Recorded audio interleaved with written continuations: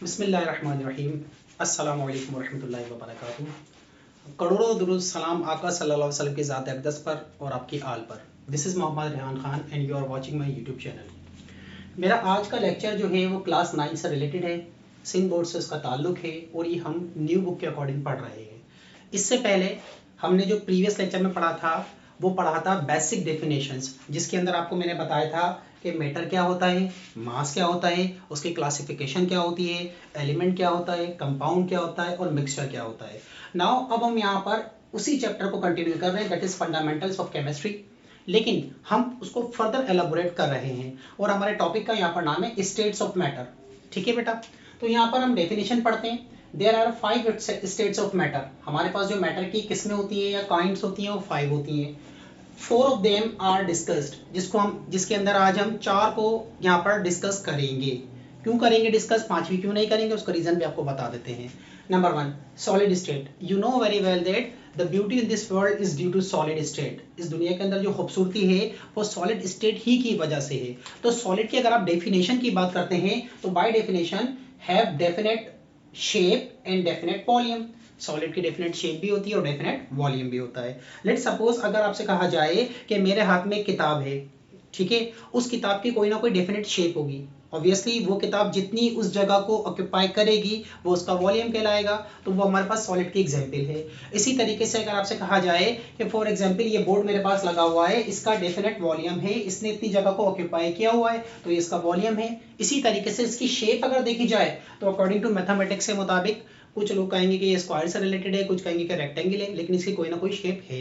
तो सॉलिड की definite shape भी होती है और डेफिनेट वॉल्यूम भी होता है। देन उसके बाद हमारे पास स्टेट आती है लिक्विड। लिक्विड के अंदर और सॉलिड में क्या डिफरेंस है, यहाँ पर देखें आप, हैव डेफिनेट वॉल्यूम, लिक्विड का डेफिनेट वॉल्यूम होता है बट नॉट शेप। इसका मतलब ये कि इसकी डेफिनेट शेप नहीं होती। इसकी एग्जाम्पल आप कई मरतबा ले सकते हैं। फॉर एग्जाम्पल आप 200 ml ग्लास ऑफ वाटर ले लें, ठीक है, उस पानी की क्वांटिटी को आप डिफरेंट ग्लास के स्ट्रक्चर के अंदर डालना शुरू कर दें या बोतल में डालना शुरू कर दें।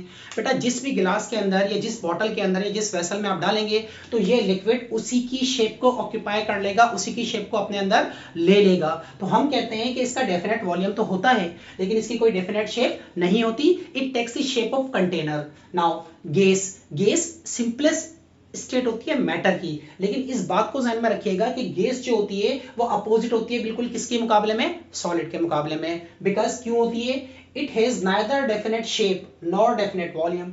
ना इसका कोई डेफिनेट शेप होती है और ना ही इसका कोई डेफिनेट वॉल्यूम होता है, जबकि सॉलिड का डेफिनेट शेप भी होती है और डेफिनेट वॉल्यूम भी ऑक्यूपाई करता है। तो इसी वजह से कहा था कि गैस और सॉलिड एक दूसरे के अपोजिटली काम कर रहे होते हैं या अपोजिट स्टेट्स कहलाते हैं। देन अगली स्टेट हमारे पास है प्लाज्मा स्टेट। ये थोड़ी सी गैसेस को ही मॉडिफाई कर एक नई स्टेट के बारे में साइंटिस्ट कहते हैं और कहते हैं कि this is your plasma state. तो by definition ionisation of gases, जब आप गैसेस को एनर्जी देते जाए, इतना एनर्जी दें, इतनी ज्यादा उसको हीट प्रोवाइड करें कि गैसेस आयोनाइज हो जाएं, अपने अंदर से इलेक्ट्रॉन्स को रिलीज कर दें, निकाल दें, तो वो अपने अंदर चार्जेस, अपने ऊपर चार्जेस गेन कर लेंगे, जिस चार्ज को हम कहते हैं कि आयोनाइजेशन का प्रोसेस हो गया है। ठीक है, तो यहाँ पर ये लिखा हुआ है by definition ionisation of gases on the basis of energy. Energy की बेस के ऊपर जब आप गैसेस को आयोनाइज कर दें तो अब गैस आपके पास कन्वर्ट हो जाती है प्लाज्मा के अंदर। ठीक है, और ये 4th स्टेट ऑफ मैटर कहलाती है। जबकि 5th स्टेट या 5th स्टेट जो है, this is your Bose Einstein condensation state. It is still under working. आप इसको कह सकते हैं कि इसके ऊपर अभी काम जारी है। हमें अकॉर्डिंग टू सिलेबस के मुताबिक या किताब के मुताबिक, आपके लेवल के मुताबिक इसकी प्रॉपर डेफिनेशन नहीं मिली, तो इसको हमने सिर्फ आपको एक्सप्लेन किया है, लेकिन सॉरी नेम बताया है बट इसको एक्सप्लेन हमने यहाँ पर नहीं किया। देन अगला हमारा जो क्वेश्चन बनता है वो ये बनता है कि हम इन स्टेट्स ऑफ मैटर को किस तरीके से एक से दूसरी में, दूसरी से तीसरी में और तीसरी से चौथी में कन्वर्ट कर सकते हैं। तो हमारे यहाँ पर टॉपिक है inter conversion of states of matter.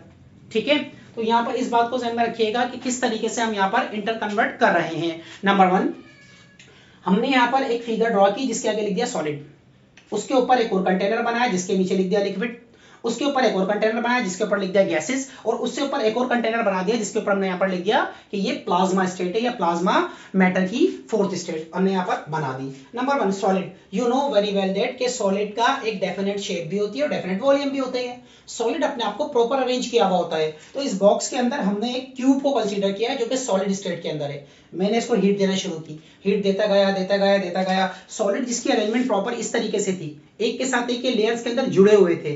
अब जैसे जैसे इनको एनर्जी मिलेगी तो ये आपस में वाइब्रेशन करना शुरू होंगे। जैसे जैसे वाइब्रेशन करेंगे तो इनकी फोर्स ऑफ अट्रैक्शन जो एक दूसरे को जुड़े हुए थे, इनकी फोर्स वो आपस में लूजली बाउंडेड होना शुरू होगी। और ये देखें, ये पार्टिकल्स आपको सॉलिड के नजर आ रहे हैं। फॉर एग्जांपल ये मार्कर, ये आपस में क्या हो जाएंगे, दूर दूर हो जाएंगे। और इनकी मूवमेंट जो होगी बेटा वो बहुत ज्यादा तेज हो जाएगी एज कंपेयर टू सॉलिड के मुकाबले में। अब क्या हुआ, ये मूवमेंट करते रहेंगे इस तरीके से एनर्जी गेन करते रहेंगे, और एक वक्त आएगा कि ये दूर हो जाएगा, ये और भी दूर हो जाएगा, और ये दो अलग हो जाएंगे। और आप कह सकते हैं कि अब आपका सॉलिड कन्वर्ट हो गया है लिक्विड के अंदर, और वो अपनी स्टेट को खो चुका है on the basis of energy. Now liquid. अब हम क्या करते हैं, ये आपके पास जो लिक्विड के मॉलिक्यूल्स थे इसको हम फर्दर मजीद, लेट सपोज इस कंडीशन में थे आपके पास, इसको हम मजीद हीट देते हैं तो अब ये और एनर्जी को गेन करेंगे, और ज्यादा एनर्जी को गेन करेंगे। गेन करते अब इनकी मोशन या मूवमेंट और फ्रीली हो जाएगी, तेज हो जाएगी, फास्टर हो जाएगी, और फिर क्या होगा, लिक्विड अपनी स्टेट को खो देगा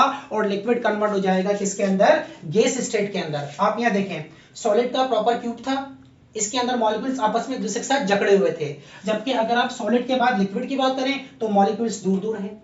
जब हमने इसको मजीद हीट दी तो अब गैस के अंदर कन्वर्ट हो गए, ठीक है, और मॉलिक्यूल और मजीद दूर दूर हो गए, फ्रीली मूव कर रहे हैं, कोई फोर्स ऑफ अट्रैक्शन या रिपल्जन इनके दरमियान नहीं है। लेकिन फिर मजीद जब हमने गैसेस को हीट दी, एनर्जी दी, तो इतनी ज्यादा एनर्जी दी कि अब आपके पास जो गैसेस थी वो क्या हो गई, आयोनाइज हो गई, और वो कन्वर्ट हो गई प्लाज्मा के अंदर। तो अगर हम एक एनर्जी डायग्राम बनाएं, एनर्जी डायग्राम से मुराद है कि अगर हम इसको एक्सप्रेस करना चाहें तो इसके अंदर टॉप टू बॉटम एनर्जी क्या हो रही है, इंक्रीज हो रही है। कैसे इंक्रीज हो रही है बेटा, इस बात को देखें कि सबसे नीचे जो आपके पास थी वो थी solid state, S stands for solid. आपने इसको एनर्जी दी तो सॉलिड कन्वर्ट हो गया लिक्विड के अंदर, एल स्टैंड्स फॉर लिक्विड। आपने उसको मजीद एनर्जी दी तो वो कन्वर्ट हो गई गैस के अंदर। गैस को जब मजीद एनर्जी दी, गैसेस आयोनाइज हो गई और वो कन्वर्ट हो गई प्लाज्मा स्टेट के अंदर। तो इस बात को ध्यान में रखिएगा कि एज सुन एज जैसे जैसे हम एनर्जी को इंक्रीज करते चले जाएंगे, एनर्जी को बढ़ाते चले जाएंगे, तो आपकी एक स्टेट दूसरी स्टेट के अंदर कन्वर्ट होती चली जाएगी। यहाँ पर एक्सप्लेन भी किया हुआ है।